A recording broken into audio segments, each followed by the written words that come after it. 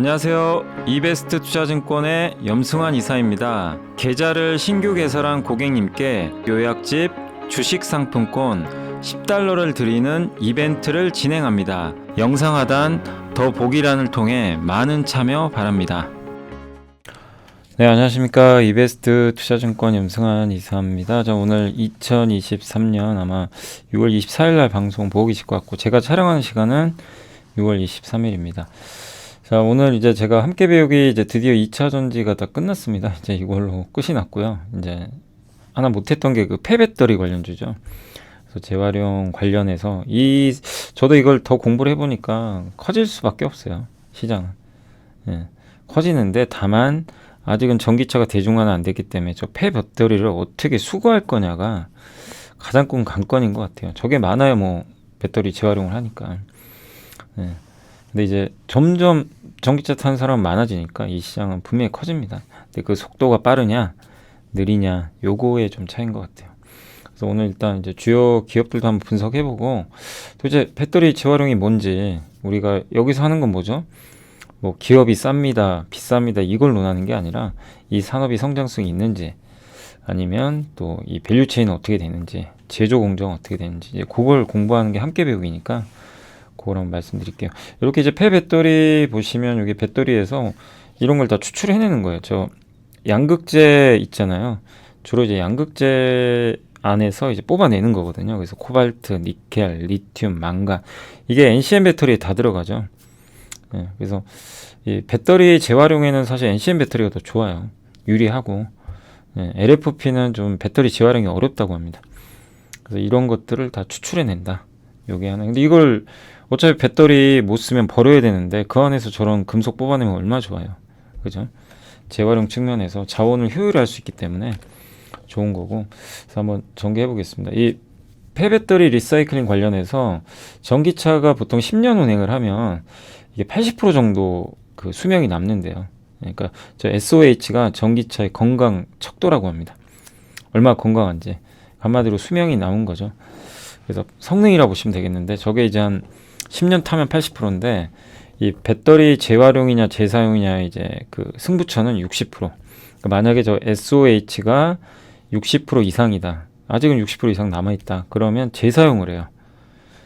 어디로 가냐면 전기차에 못 쓰고 저기 소형 뭐 모터사이클이나 아니면 ESS 있죠.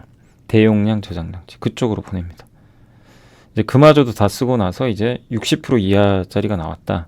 그럼 재활용을 해요. 그러니까 재활용은 뭐냐면 재사용은 다시 쓰는 거고, 재활용은 이거 분쇄해가지고 뽑아내는 겁니다. 요 두 개 차이라고 보시면 되겠고, 일단 70% 이하이면 교체 의무가 좀 있다고 합니다. 예, 일단 요새 규정상은 그렇게 돼 있는 것 같아요. 그래서 사실 10년 정도 타면 교체해야죠. 예, 어떻게 보면 자동차라는 게 영원히 탈 수는 없는 거니까 배터리 성능 때문에라도. 근데 전기차 배터리 무게가 500kg인데 그 중에 리튬이죠. 리튬이 사실 가장 중요한 제품 중에 하나죠. 여기 30kg, 니켈, 코발트, 망간이 한 50kg 정도 들어간다라고 보시면 되겠습니다. 자, 그래서 이게 배터리 순환 경제인데, 이게 이제 배터리 수명이 끝나면 폐배터리를 재활용해서 배터리 만드는 데 들어가고, 그 다음에 배터리 재활용이 아니라 이렇게 자원을 활용할 수도 있죠. 채굴해 가지고. 그죠? 네, 여기서 직접 소재 받아서 제조하고, 두 개가 합쳐져서 1차 사용을 해서 이 배터리가 가고, 여기가 처음엔 이렇게 되죠. 요 파란색 선 따라서. 그랬다가 수명이 종료되면 폐기를 할 수도 있고, 근데 폐기하는 건 좀 낭비니까 이걸로 돌립니다. 예, 그래서 이렇게 또 돌아가고, 예, 그리고 재사용할 수도 있고, 다시 이렇게 돌아가. 이게 이제 순환한다고 보시면 돼요. 그러니까 이 친환경 시대에 이런 순환 경제는 반드시 필요하죠. 버리는 것보다는 돌려주는 거죠. 그래서 이 진한 색이 2차 그 순환 사이클이라고 보시면 되겠고, 그 다음에 이제 이게 배터리 재활용이냐 재사용이냐 정인데, 재사용은 아무튼 다시 그냥 쓰는 거예요. 지금 있는 배터리를 다른 용도로, 전기차 못 쓰니까. 그래서 요거는 이제 이게 진짜 쓸 수 있는지 진단해야 되고, ESS에 들어갈 수 있는지도 체크해야 되고요.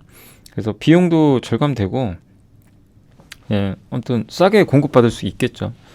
그래서 이쪽은 주로 이제 완성차들이 좀 하고 있고, 배터리 재활용은 어쨌든 이걸 분해는 뭐냐면 이제 아무튼 부신다고 보시면 돼요. 그래서 뽑아내는 거고, 대신에 배터리를 완전히 방전시켜야 돼요. 배터리 안에 충전 그게 남아있으면 안 되잖아요. 그죠? 일단 다 써야 됩니다. 예. 그리고 나서 그걸 추출하는 거예요. 그래서 소재 단위 뭐 셀 제조 공정에 투입을 하고, 주로 이제 성일하이텍이나 우리나라 뭐 대표 기업들 있죠. 뭐 많이 있는데 유미코 뭐 그 유럽에, 그 다음에 미국에 뭐 리사이클 이런 기업들이 있다라고 보시면 되겠고, 그 다음에 이제 배터리 유형별 수거인데, 이게 배터리 셀을 이제 제조를 하고 전기차 제조하고 출고 주행 배터리 교환, 그래서 폐기 또는 사용 후 배터리 이런 것들을 사실은 이제 뭐 폐기할 수도 있고 한데, 옛날에는 이것들을 이제 지자체가 좀 가져갔거든요. 근데 지금은 개인이 소유한대요. 법이 바뀌어서 자동차를 전기차를 갖고 있는 개인이 폐 배터리를 가질 수가 있다고 합니다. 그럼 그걸 또 팔 수도 있겠죠. 네. 이렇게 보시면 되겠고, 그래서 어쨌든 이제 이런 수거하는 형태예요. 그러니까 만들다가 잘못 만들어서 고철이 돼서 그냥 이걸 배터리 스크랩, 그러니까 만드는 과정에서 잘못돼서 그냥 폐기 처분하는 것보다는 그냥 스크랩 만들어서 넘겨주는 것도 좋고, 불량이 발생하는 경우 배터리 교체 아니면 다 써가지고 이렇게 이제 유형별로 수거를 한다. 근데 배터리 재활용 방법의 이제 분류 중에 습식과 건식이 있어요. 배터리 이제 재활용할 때 습식은 이제 한마디로 용액 같은 거 쓰는 거고, 건식은 그냥 말리는 거죠. 열을 넣어가지고. 그래서 습식이 좀 비용 부담은 없는데, 예, 이게 리튬 추출이 되게 중요하거든요. 근데 건식은 그게 좀 어려워요. 그래서 습식을 제가 알기로 많이 쓰는 걸로 알아요. 단점이 폐수 처리가 좀 있어요. 오염. 그게 좀 최대 단점이죠. 그리고 전처리 공정이라고 있거든요. 공정을 한 번 더 해야 됩니다. 그러니까 이제 좀 그런 부분에 있어서 좀 부담이 되겠죠. 건식은 또 상업화 검증은 됐는데 대용량 처리도 되고, 한마디로 그냥 불로 태우는 거예요. 네, 근데 이게 어려워요. 이 고순도 리튬 이걸 뽑아내는 게 핵심인데, 이게 좀 어려운 게 좀 건식의 단점 중에 하나입니다. 네, 그래서 이렇게 좀 나눠진다고 보시면 되겠고, 그래서 이게 이제 배터리 재활용, 이건 습식입니다. 그래서 성일하이텍이 하는 방식인데, 리사이클링 파크에서 배터리를 받아다가 이제 가져와다가 여기 스크랩 같은 거 있잖아요. 그러니까 고철이라고 보시면 돼요. 예, 이 폐기된 이제 배터리인데, 이걸 방전해서 뽑아줍니다. 거기 전기를 다 뽑아내야 돼요. 그다음 해체한 다음에 열 처리를 해요. 그 다음에 분쇄를 시켜가지고 검은 파우더를 뽑아내요. 여기까지가 전처리. 근데 건식 공정은 이게 없어요. 전처리 안 합니다. 근데 습식 공정은 전처리를 반드시 해줘야 돼요. 저렇게.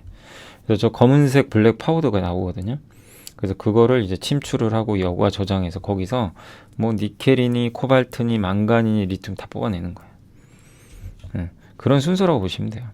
그래서 이제 좀 순서대로 말씀드리면, 이제 제일 중요한 거 중에 하나가 전처리 중에 일단 저기 안에 있는 전기를 빼야 되거든요. 예, 충전된 걸. 그래서 저게 왜냐하면 안에 배터리 내부에 저런 에너지가 있으면 폭발하잖아요.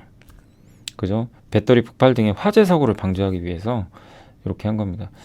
그래서 요게 이제 성일하이텍 같은 경우는 제가 알고 이제 염수 방전을 하는 걸로 아는데, 염수 저 수조에다 배터리를 넣어가지고요. 저 수조에 넣어요. 예, 염수가 이제 소금물 같은 거죠.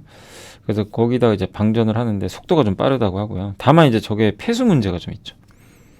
그리고 재사용 공정이 좀 재사용은 배터리를 다시 쓰는 건데, 이미 물에 한번 담그는 거기 때문에 재사용은 어렵겠죠. 그러니까 저런 이제 습식 방전을 사실 이제 많이 쓰죠. 예. 그래서 근데 업체들마다 계속 기술 개발하니까 언제든지 이런 상황 바뀔 수는 있습니다. 그리고 이 전처리 중에서 방전인데 건식 방전이 있어요. 그러니까 방전은 두 개예요. 방전 아까 말씀드린 요게 요 습식 공정에서 요 방전 있죠, 중간에. 요 방전하는 방식은 두 개. 여기서도 두 개로 건식이냐 습식이냐. 습식은 저기 염수에 담그는 거고, 건식은 전자를 위에다, 여기 전자 있죠. 전자에 부하를 줘서 어떻게 보면 이제 전기를 통하게 하면, 얘가 이제 여기 있죠, 여기 리튬 이온이 여기 있잖아요. 여기 있는 리튬 이온이 양극으로 다 가야 되잖아요. 그죠? 방전이 뭐예요? 음극에 있는 리튬이 절로 다 가면, 양극으로 집으로 가면 어떻게 됩니까? 그러면 그때 이제 우리가 방전됐다. 완전 방전은 집에 다 간 거죠. 리튬 이온이 여기 하나도 없어야 돼요. 음극에. 그거를 강제적으로 만들어주는 거예요. 물에 넣지 않고. 그럼 여기 하나도 없죠. 리튬이. 여기 다가 있죠. 이러면 방전된 겁니다. 그래서 이거는 바로 쓸 수도 있고 배터리에 큰 문제가 없다면 그래서 좀 친환경적이다. 그래서 이런 방식도 있습니다. 건식 방식도. 그 해체, 배터리 해체하는 거예요. 이렇게 깨끗하게 보이세요? 이렇게 각 파트별로. 요게 배터리 이제 셀이에요. 이제 여기서 리튬 같은 거 뽑아내야죠. 그죠? 이렇게 이제 각 파트별로 이제 해체 작업하는 거고. 그 다음에 이제 열 처리랍니다. 유기용매에다가 유기용매는 NMFP라는 걸 쓰더라고요. 그래서 그거를 배터리 셀을 이제 거기에 넣고 가열을 해요. 물로 끓이는 거죠. 100에서 200도 정도. 그러면 저게 딱 분리된대요. 바인더, 양극, 음극할.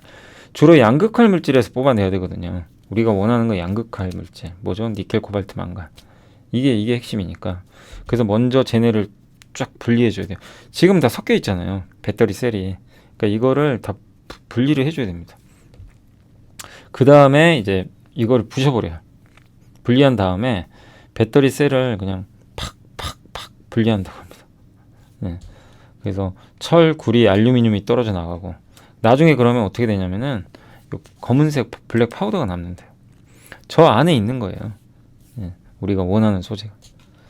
요거 이제 건식 파쇄라고 하는데 아무튼 저게 그 우리 뭐죠? 그 이게 이 사무실에 보면 회사 사무실마다 파쇄기 있잖아요.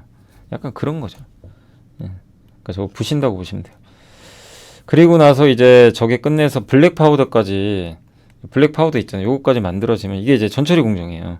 전처리 공정의 목적은 저 블랙 파우더를 확보하기 위한 겁니다. 그러면 이제 저걸 가지고 후처리를 해요. 마지막으로. 후처리 뭐다? 우리가 원하는 목표를 달성하기 위한 마지막 처리 과정입니다. 그래서 이런 이제 블랙 파우더를 황산 같은 데 있죠. 황산이 어떤 용액에 침출이라고 하는데 거기다 이제 넣어가지고 뽑아내는 겁니다. 그래서 여과, 불순물 제거해야 되니까. 이게 클레임 같은 게 좀 있대요. 이렇게 고객사들이 저기 불순물이 제거 안 되는 경우들이 있나 봐요. 저게 핵심이죠. 저 불순물을 얼마나 잘 제거해 주느냐. 저것도 중요한데 아무튼 이제 필요 없는 것들은 다 걸러줘야죠. 그리고 순서대로 망간 추출하고요. 그렇게 해서 이게 황산 망간 하얀색 보이시죠? 황산 코발트, 황산 니켈, 황산 리튬 요걸 다 뽑아내요. 이렇게. 그럼 나중에 폐수가 남아요. 이게 좀 단점이에요. 용액이 다 빠져나가니까. 그래서 단계적으로 목표 추출을 이렇게 하나씩 해줍니다. 순서대로. 그리고 여기 장점이 고순도 금속 있죠. 이 습식의 장점은 저런 품질 좋은 것들을 뽑아낼 수가 있어요. 특히 리튬 뽑기가 되게 어려운데 이걸 할 수가 있는 거죠. 그래서 설계 난이도가 높은데 최대 단점 폐수 문제. 이거 어떻게 할 거냐. 여기 좀 난제죠.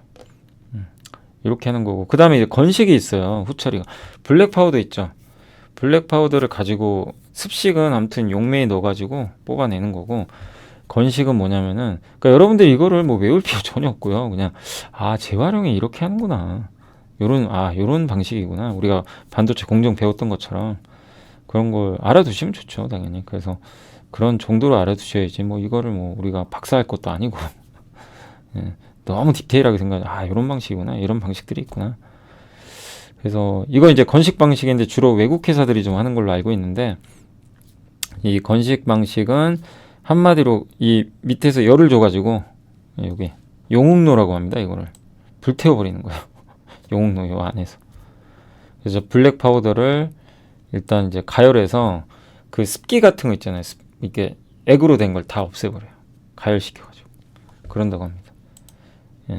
그 다음에 1000도까지 가열해요. 그럼 다 날아가 버리겠죠. 그리고 환원제를 넣어가지고 거기서 이제 뽑아내는 거예요. 2개. 메탈압금. 우리가 이제 원하는 게 뭐죠? 니켈, 코발트, 망간을 뽑아내요. 그러니까 여기 보면 용흑로에서 일단 이제 요걸 끓이잖아요. 그래서 밑에서 딱 불 데피면 요 밑에 하부 있죠, 하부. 요거 제가 적어놓은 거. 여기가 메탈압금이 나와요. 그래서 니켈, 코발트, 망간을 뽑아내고 상부는 약간 찌꺼기 같은 거죠, 슬래그. 상부에. 근데 요게 리튬, 망간이 여기 들어가 있어요. 근데 이게 건식의 단점이 저거 재활용이 어렵대요. 리튬, 망간을 뽑아내야 되는데 습식은 뽑아내잖아요. 그죠? 근데 건식은 그게 쉽지가 기술적으로 지금 쉽지 않다고 합니다. 이제 저거 이제 개발하고 있는 거는 같은데 요 리튬 망간 이거를 뽑아 그래서 요거보단 습식을 많이 쓴다고 제가 들었거든요. 그러니까 공부를 해보니까 왜냐면 저거 리튬이 정말 중요한 건데 그리고 그래서 좀 수익성도 좀 낮다고 합니다. 이런 방식이 있어요. 대신에 좀 친환경적이잖아요. 그래도 폐수가 없으니까. 이걸 뭐 섞어서 하는 방식도 있을 거고 앞으로 많은 기술들이 개발되지 않을까 봅니다. 그래서 건식은 이런 방식입니다. 그래서 리튬을 좀 뽑기 어렵다는 단점이 있고 근데 왜 이렇게 재활용 시장이 커질 수밖에 없냐면 산업금속이 왕인 시대잖아요.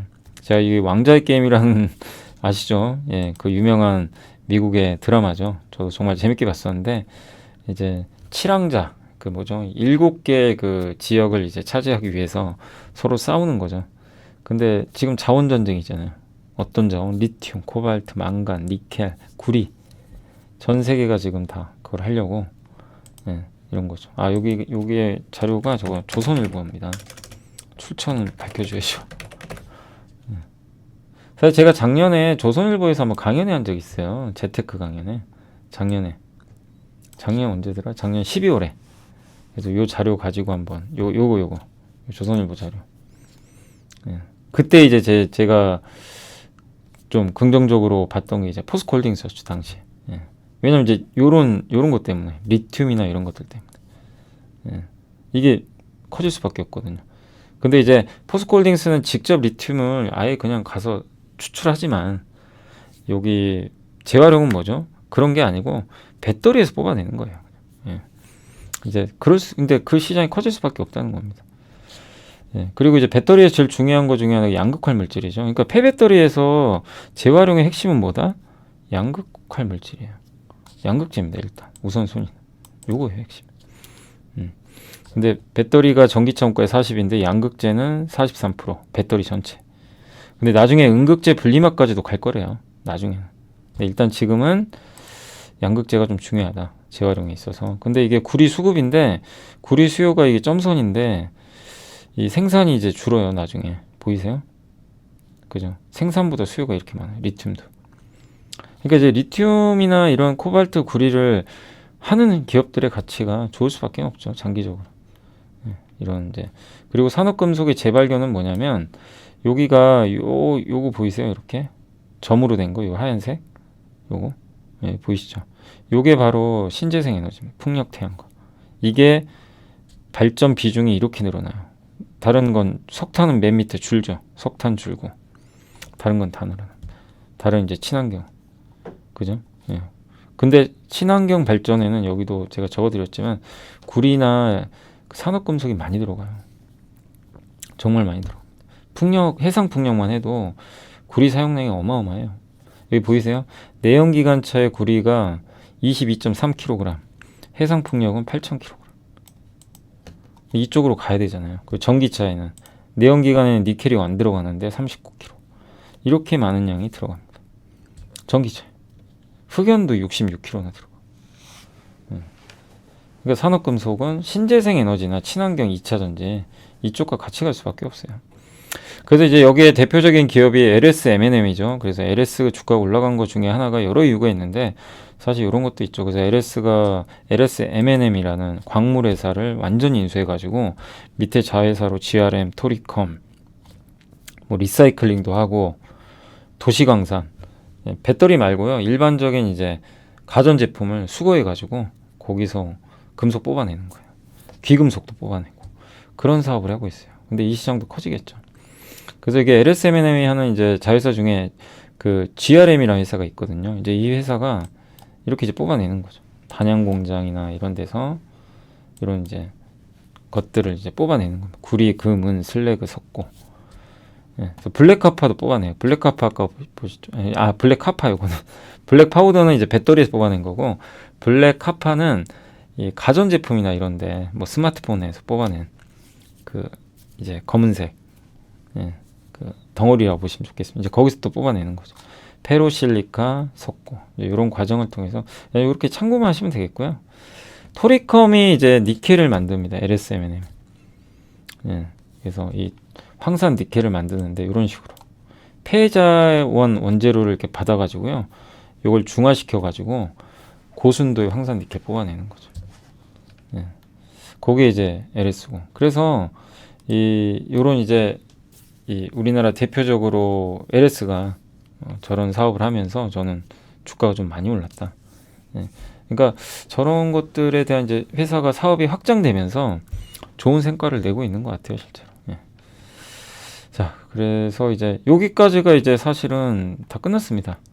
뭐 재활용이란 게 폐배터리는 여기에요, 여기까지. 요 공정이 다예요. 그죠? 예. 뭐 거창한 공정은 아니고. 그래서 저기까지 했고 이제부터 할 얘기는 이제 폐배터리 전문 기업들 한번 제가 밸류체인 한번 가져와 봤으니까 그거 한번 설명드릴게요. 여러분이 뭐 다 아는 기업들입니다, 사실. 많이들 아시는 그 기업들인데, 아이고, 요게 제가 조금만 적게 해볼게요. 이름 또 너무 안 보이시죠? 조금만 키워볼게요. 됐다. 자, 그래서 이제 성일하이텍 다 아시죠? 영업이익률 14%고 그냥 이제 폐배터리 하면 항상 먼저 떠오르는 거 일타 강사 느낌. 폐배터리의 어떻게 보면 현우진 같은 그러니까 일단 사람들 머릿속에 폐배터리 관련주 뭐예요 하면 제일 먼저 떠오르는 게 성일하이텍이죠. 저도 그래요, 그냥 자연스럽게. 그게 워낙 이제 각인이 돼 있다 보니까. 근데 영업이익률 한 14% 정도 작년 기준으로 나왔고, 국내에서 그 전처리 있죠. 아까 전처리, 후처리 해야 되잖아요. 다 할 수 있는 습식 공장을 다 수직 계열화했고, 글로벌 7개, 국내 2개의 전처리 공장이 있고요. 전처리에서 블랙 파우더를 받아다가 국내 군산 쪽인 거야. 아마 거기서 이제 후처리를 합니다. 그래서 이 처리를 하고 있고, 황산 코발트, 니켈, 망간, 아까 탄산 리튬 이거 다 추출해내고, 삼성 SDI가 지분을 좀 투자했어요, 성일하이텍. 그래서 배터리 같은 거를 이제 여기 받아요. 삼성 SDI한테 좀 폐배터리 좀 받고 있고, 그 다음에 저기 군산에 지금 3공장 투자를 좀 진행하고 있고, 새만금 산업단지 내에 지금 새만금 개발청으로부터 이 부지를 임대해가지고 1단계가 지금 작년 3분기부터 올해 4분기까지 지금 투자하고 있는데 1,491억. 예. 그 다음에 2단계가 이제 내년 2분기부터 25년 2분기까지 656억. 그래서 만약에 2단계까지 다 투자가 끝나면 코발트, 니켈 뭐 합산해가지고 11,760톤을 생산한다고 합니다. 그 자회사 중에 GM텍이라고 있거든요. 이 회사가 그 이제 부지 내에서 보유한 부지는 60톤 규모로 생산할 수 있는 탄산 리튬이 진짜 중요하거든요. 저 리튬 생산하는 기업들이 같이 올라가요. 근데 그 제조 시설 신규 투자를 계획을 했는데 아마 이번 4분기에 완공이 된다고 하니까 좀 저게 되면 또 모멘텀을 받겠죠. 그리고 23년부터 이제 전기차에 사용 가능한 탄산 리튬 양산도 이 회사의 좀 단점으로 좀 꼽혔던 게 리튬이 좀 부족한 거 아니냐 이랬는데, 저거 양산에 이게 전기차에 들어가는 거 저거 양산에 성공해서 이제 확실한 또 하나의 이 무기를 좀 확보한 거죠. 그리고 25년도에 북미 지역 전처리 후처리 공장 건설할 계획도 있다고 합니다. 안녕하세요. 이베스트 투자증권의 염승환 이사입니다. 계좌를 신규 개설한 고객님께 요약집 주식 상품권 10달러를 드리는 이벤트를 진행합니다. 영상 하단 더 보기란을 통해 많은 참여 바랍니다. 그리고 군산 3공장 건설이 이제 끝나게 되면 이렇게 코발트, 니켈, 리튬 이런 식으로 생산이 가능하니까 참고하시고, 제가 여기 몇몇 기업도 이렇게 했는데 먼저 성일하이텍부터 잠깐만요. 예. 여기 자료 좀 몇 개 뽑아온 거 있으니까 말씀드리면, 성일하이텍은 이제 여기 전처리, 재련, 정제화 뭐 하는 그런 과정인데, 요거 폐 2차 전지를 해체 파쇄해서 파우더를 가지고 와서 요거를 이제 후처리를 통해서 코발트, 니켈, 구리, 망간 요거 한다. 요거 우리 한번 공부했죠. 그리고 하이드로 센터는 후처리 공장이에요. 후처리 신공장 건설을 통해서 이렇게 지금 공장 증설하거든요. 여기 보시면 코발트 요게 각각 따로입니다. 1공장, 2공장, 3공장 요거를 지금 이제 신축을 하고 있어요. 그러면 이제 저게 끝나면 아이오닉 기준으로 약 30만 대 정도 되는, 매출액은 3,400억까지 늘어날 수 있는 거죠. 그 성일하이텍은 글로벌 생산 지역이 많아요. 가장 핵심 중에 하나가 여기 헝가리라고 하더라고요. 헝가리 공장. 뭐 그리고 24년, 25년, 22년 요거 이제 증설 예정인 거죠. 이렇게 있고, 그다음 여기 미국, 그러니까 성일하이텍의 장점이 뭐예요? 전 세계 다 있어요. 유럽, 중국, 그러니까 아시아, 미국까지. 요거 다 계획 중에 있다고 합니다. 그래서 향후에 2030년까지 전처리 공장 30개, 후처리 공장 5개를 확보하겠다. 그래서 계속해서 성장을 도모하겠다는 게 최대 이제 전기차 100만 대까지 처리할 수 있게 가려고 하는 것 같고, 주요 고객사는 이제 웬만한 기업들, 뭐 여기 양극재 기업들, 양극재 기업들이 주요 고객사일 수밖에 없죠. 왜? 배터리를 만드는 회사, 그러니까 양극재를 만든 다음에 배터리가 제조되잖아요. 근데 이 폐배터리 회사들이 하는 건 뭐예요? 양극 소재를 뽑아내는 거죠. 그래서 주요 고객사는 대부분 이런 양극재 회사입니다. 아니면 전구체 회사도 있죠. 예, 전구체가 이제 그런 니켈, 코발트 어떻게 보면 버무리는 거죠. 그래서 만드는 거니까. 그래서 성일하이텍의 주요 고객사다. 자, 그 다음에 이제 두 번째로 많은 사람들이 항상 떠오르는 그 기업 세비캠. 세비캠은 조금 뭐 물론 이제 비슷한 폐배터리 사업을 하는데, 보시면 이제 약품, 원래는 폐수 처리 약품 사업하던 회사예요.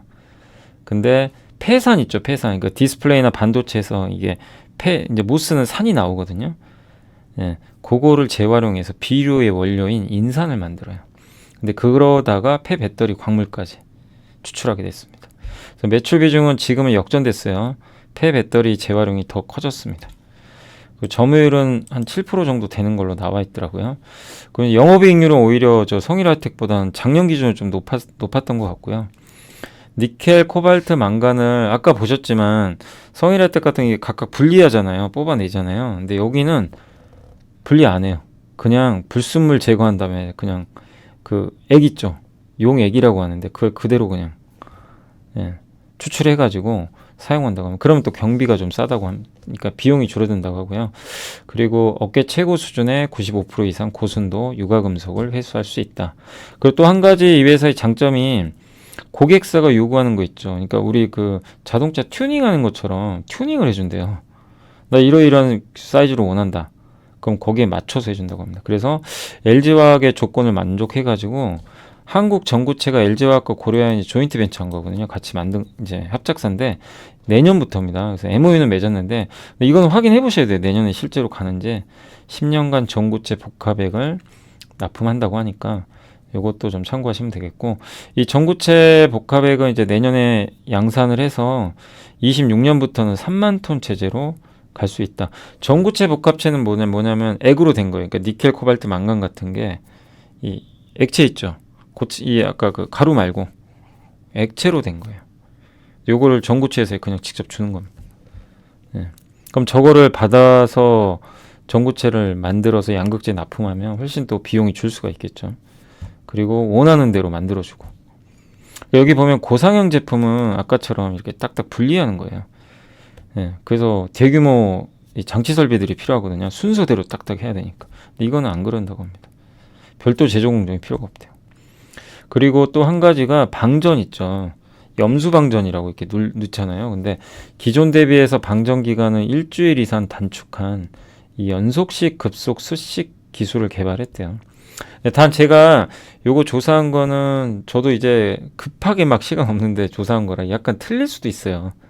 그러니까 무조건 이게 맞는다라고만 생각해 주지 마시고, 제가 웬만하면 이제 전자공시 다 찾았거든요. 전자공시 찾고 회사 홈페이지 들어가 보고 한데, 혹시 틀리게 되면 그건 좀 양해해 주시고, 예, 보다 확실한 거는 여러분들이 한번 요거 보시고 직접 전자공시 보시고 회사에 전화도 해보시고, 왜냐면 또 이게 업데이트가 돼야 되거든요. 계속 바뀌니까. 근데 현재까지 제가 확인한 바로는 이런 내용이다라고 생각해 주시고, 혹시 좀 틀리시더라도 양해는 해주시면 감사하겠습니다. 그리고 이 연속식 급속 습식 기술 개발해가지고 방전 기간을 일주일 단축시켜 버렸대요. 그리고 탄산 리튬 있죠. 이게 굉장히 중요합니다. 리튬을 뽑아내야 돼요. 예, 근데 굉장히 불순물이 없는 그런 리튬을 좀 제공한다고 합니다. 그래서 이제 양극재 기업에 판매할 계획이라고 하고, 태양광 패널도 한대요. 태양광 패널 그거 못 쓰잖아요. 10년 쓰면 못 쓰거든요. 예, 그거를 재활용한다고 합니다. 예, 그래서 거기서 은과 실리콘 추출하는 기술까지. 그러니까 배터리에서 끝나는 게 아니라 저렇게 좀 확장성도 있다. 요게 이제 세비캠이다 라고 말씀드리고 싶고, 그래서 세비캠으로 한번 넘어가 볼게요. 세비캠 같은 경우는 이제 액상형, 아까 고상형 말고 분리하는 거 말고 액상형, 예, 액체에 그냥 하나에 담는 거죠. 복합액이라 그래요. 그거를 이따 한번 보여드릴게요. 고순도 정제 기술, 맞춤형, 영업이익률 16.6인데 제가 작년 실적 확인한 걸로는 20%좀 넘게 나온 걸로 알고 있습니다.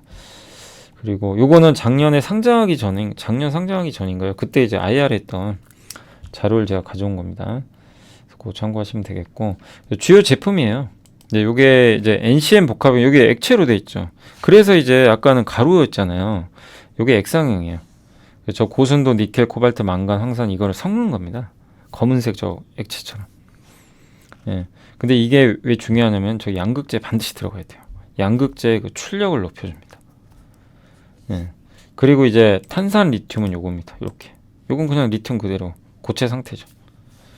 근데 세비캠에서 제조하는 탄산 리튬은 이 니켈, 코발트 등을 이 회수하기 전에 그때 탄산 리튬을 제조를 한대요.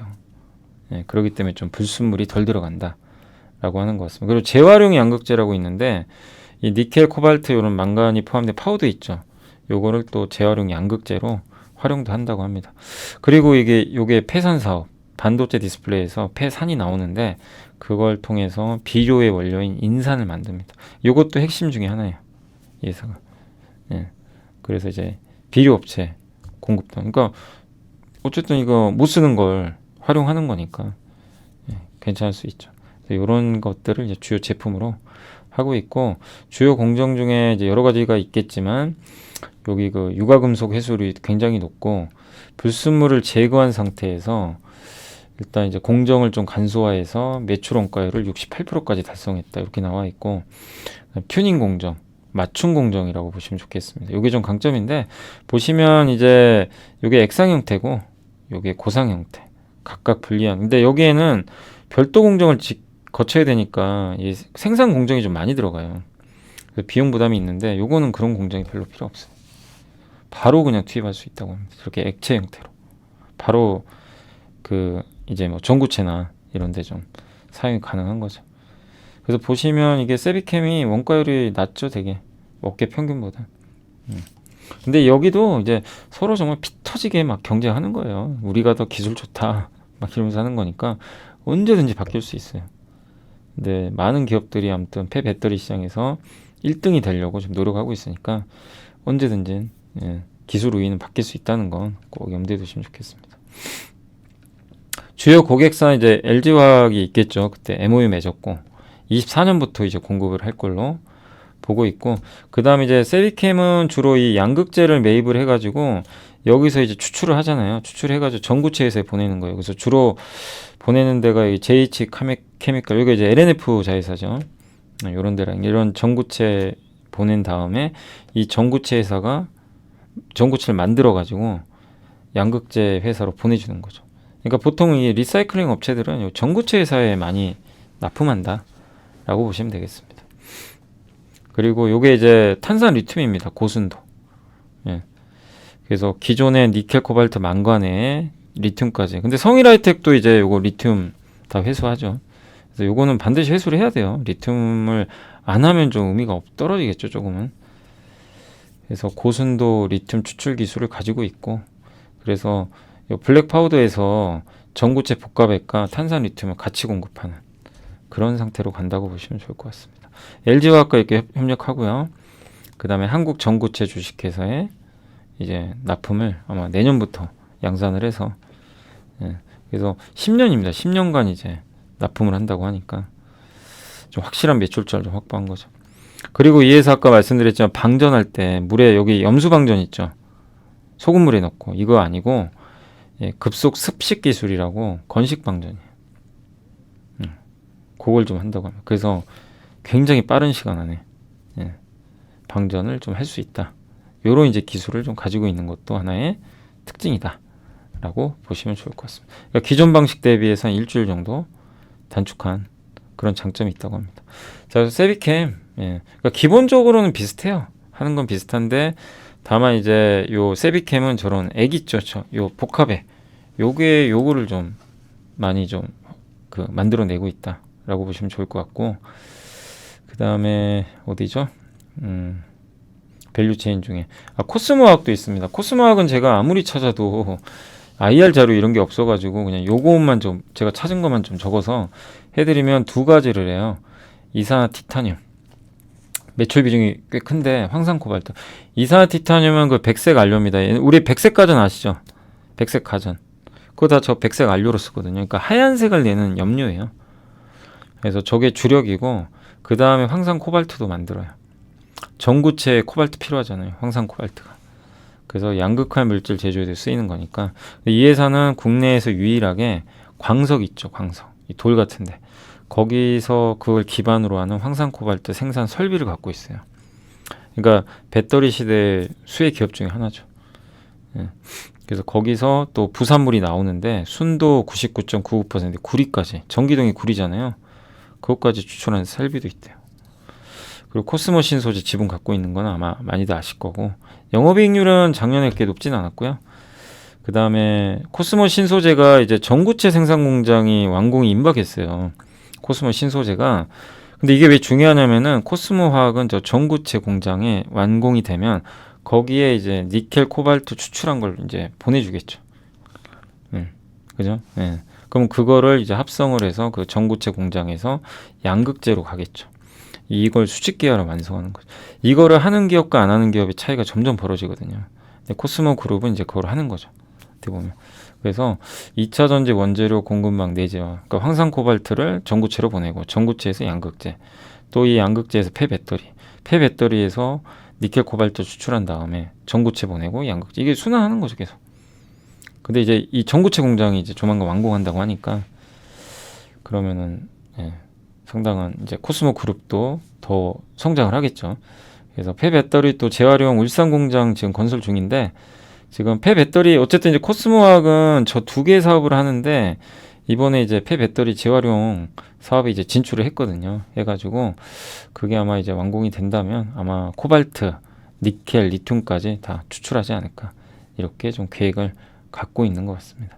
그래서 코스모학도 여기 자원 재활용과 관련된 기업이고 IS 동서는 좀 생소하시죠? 이 건설회사가 웬 이럴 수 있는데 실제로 폐배터리 사업합니다. 우리나라에서 또 오래된 기업 중에 하나거든요. ISTMC라는 회사를 인수해버렸어요. 그 회사. 그래서 원래 국내 에일린의 뜰이라는 아파트 브랜드로 유명한데 ISTMC를 2019년에 인수했고 여기 영업이익률 한 20% 되거든요. 이 회사의 장점은 뭐냐면은 폐배터리를 가져오기가 좀 좋아요. 저기 인선모터스 아세요? 자회사 인선모터스가 자동차 있죠. 폐차 사업해요. 그럼 거기서 이제 전기차 폐차 들어오면 배터리 수거에다가 보내주면 ISBM 솔루션 회사가 있는데 전처리래요. 전처리 후처리 나누죠. 근데 성일하이텍은 자기가 다 해요. 전 후처리. 근데 이제 여기는 나눠져 있어요. 전처리는 BM 솔루션, TMC는 후처리. 이렇게 해서 나눠져 있고 그래서 탄산, 리튬, 황산, 코발트 또 용액 있죠. 아까 그 세비캠이 만드는 용액 그런 거 생산하는데 25년도에 1공장 증설이 또 끝날 것 같고 4공장 증설이 완료되면 본격 성장한다. 그러니까 지금 이제 초기 단계인데 이런 것들이 지금 그 이제 25년도에 증설이 다 끝난다면 본격적으로 더 성장을 해주겠죠. 그래서 IS 동서는 이제 그런 부분 참고하시면 좀 좋을 것 같습니다. 그래서 IS 동서도 여기 자료를 좀 몇 개 IR 자료가 있어가지고 제가 좀 가져와 봤는데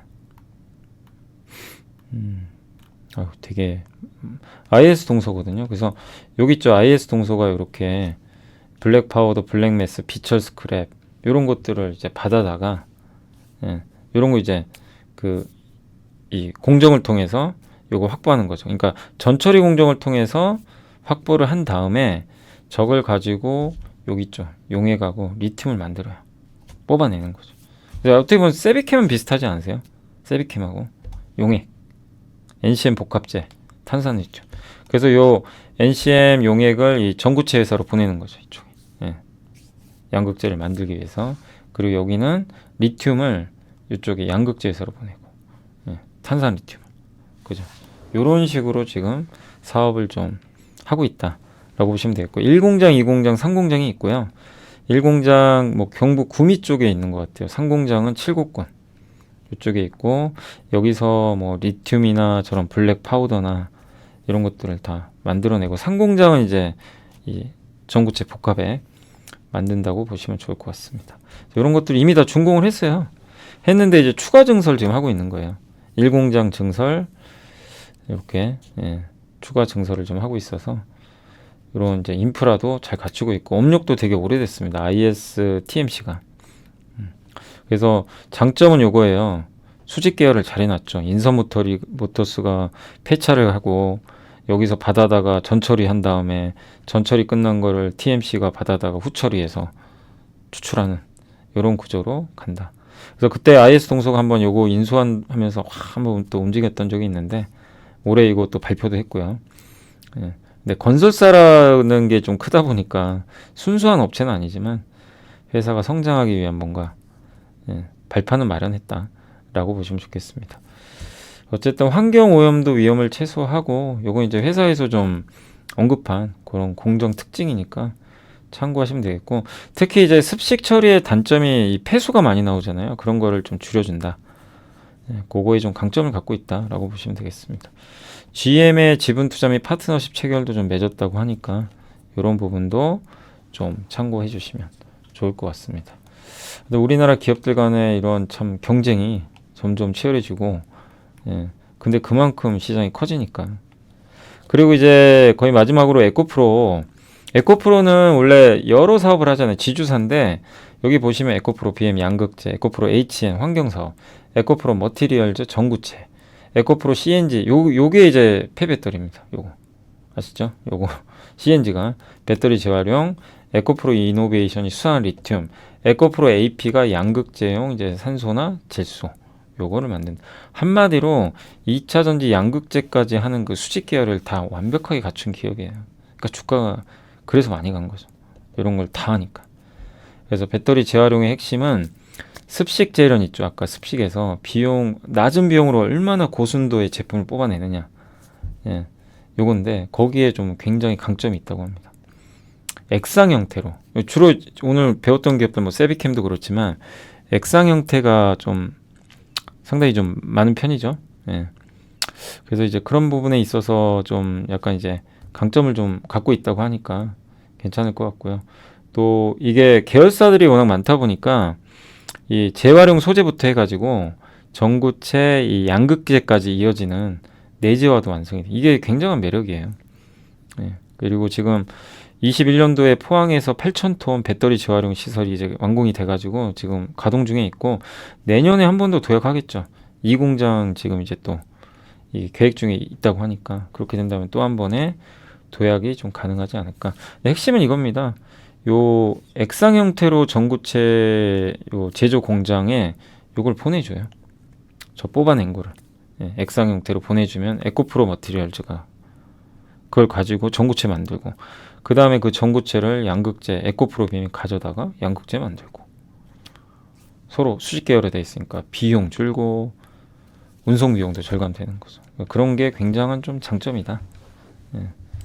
그래서 지금 딱 시장이 좋아하는 그 요소들을 뭐 정말 잘 갖추고 있는 그런 기업입니다. 자, 그리고 저기 에코프로는 이제 마지막으로 요겁니다. 이제 IR 자료가 있었는데 CNG는 자료가 별로 없더라고요. 오늘은 어차피 제가 설명하는 게 이 폐배터리 쪽이니까 그래서 CNG는 거의 자료가 없고 여기 보시면 요겁니다. 그러니까 에코프로는 이렇게 사업을 해요. CNG가 재활용을 하죠. 여기서 이제 뽑아내요. 금속 화합물 같은 거를 메탈 컴포자이트 뭐 화합물이라고 하는데 요걸 뽑아내는 거죠. 요게 뭐죠? 뭐 리튬이나 이런 거죠.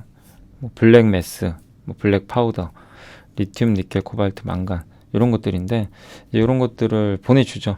여기로. 여기 리튬하고 금속 화합물을 이쪽에 전구체 회사에 보내줍니다. 그럼 이 전구체 회사가 이걸 받아다가 뭐를 하죠? 황산화 공정을 통해서 전구체를 만들어요. 그리고 여기 리튬 있죠? LSS. 리튬 화합물을 어디로 갑니까? 리튬 화합물은 양극재 회사로 가요. 아니 여기 그 리튬을 이제 활용하는. 그러니까 저걸 가지고 수산화 리튬 같은 거 만들거든요. 여기서. 여기 그 에코프로 이노베이션 있죠. 여기가 그 저걸 받아가지고 그 순환 리튬 쪽으로 변형을 해줘요. 이게 순환 리튬 가치가 점점 커지죠. 예, 전기차에 들어가는 핵심 소재인데 이거를 하는 회사 안 하는 회사가 또 커질 수밖에 없는데 아무튼 순환 리튬은 고성능 전기차에 필요합니다. 예, 필요한 이제 소재 중에 하나거든요. 근데 이거를 여기 재활용을 해가지고 일로 바로 보내줍니다. 그럼 에코프로 이노베이션 이걸 만들어요. 그럼 전구체하고 순환 리튬을 결합을 해가지고 BM에 보내주면 이걸 가지고 BM이 양극재 이걸 다 하고 있어요. 그죠? 어떤 구조인지 아시겠죠? CNG, 매트리얼즈, 예, 이렇게 해서 전구체, 여기서 순환 리튬, 이렇게 양극재까지. 이런 이제 한마디로 좀 수직 계열화를 잘 갖추고 있는 그런 기업이다라고 보시면 되겠습니다. 그래서 이제 에코프로가 그런 이제 강점으로 시장에서 많이 좀 각광을 받았고요. 이제 마지막으로 포스코도 하고 있어요. 근데 포스코도 이제 여기 좀 짧게 적었는데 포스코 홀딩스가 뭐 우리가 리튬 사업 하는 거 다 알고 계시죠? 그래서 그런 건 뺐고 그냥 이제 재활용 사업 관련해서 포스코 HY 클린 메탈이라고 있거든요. 전남 광양에 니켈 2200톤, 코발트 700톤, 망간 600톤, 탄산 리튬 2100톤 이런 걸 이제 준공을 했고 2월부터 가동이 시작됐다고 합니다. 그러니까 포스코도 자회사 통해서 이런 것들을 사업을 추진하고 있다. 여기까지 일단 하겠습니다. 그래서 폐배터리도 되게 길더라고요. 굉장히 좀 긴 하나의 큰 산업인데 결론은 뭐냐면 회사마다 좀 장단점도 있고 하지만 시장은 커질 수밖에 없고 여기서 에코프로나 이런 코스모 계열사들이 참 유리한 게 뭐냐면 계열사 통해 가지고 요거를 바로바로 공급을 해줄 수 있죠. 그러니까 그런 건 좀 장점 같아요. 포스코도 마찬가지겠죠. 근데 그거와 별개로 또 성일하이텍이나 뭐 아니면 IS 동소나 세비켄 같은 경우는 이제 각자 영업은 해야죠. 고객사를 찾아야 되는 좀 그런 건 있지만 그만큼 또 확장성은 넓을 수도 있어요. 예. 각각의 뭐 장단점은 있는데 이 안에서 누가 승자가 될지 모르지만 분명한 건 폐배터리 재활용 사업은 정말 성장할 수밖에 없는 것 같아요. 장기적으로. 예, 속도 조절하면서 그런 면에서 꼭 한번 이번 기회에 공부 좀 해놓으시고 지금은 사실 다 싸다고 할 수는 없어요. 그죠? 많이 더 올랐으니까. 예, 워낙. 그래서 나중에라도 한번 좀 조정이 나올 때 관심을 가져보시면 어떨까라고 말씀드리겠습니다. 자, 여기 나오는 기업들은 절대 추천하는 기업은 아니고 항상 말씀드리지만 소개 공부 차원에서 하는 거니까 이런 밸류체인이 있다는 것만 알아두시면 좋을 것 같습니다. 자, 오늘 이제 함께 배우기 드디어 대담의 2차 전지가 끝났고 다음에는 뭘 할까요? 예, 아무튼 고민해보고 다음에 또 찾아오도록 하겠습니다. 자, 이번 주말 잘 보내시고 저는 또 다음 주에 뵙겠습니다. 감사합니다.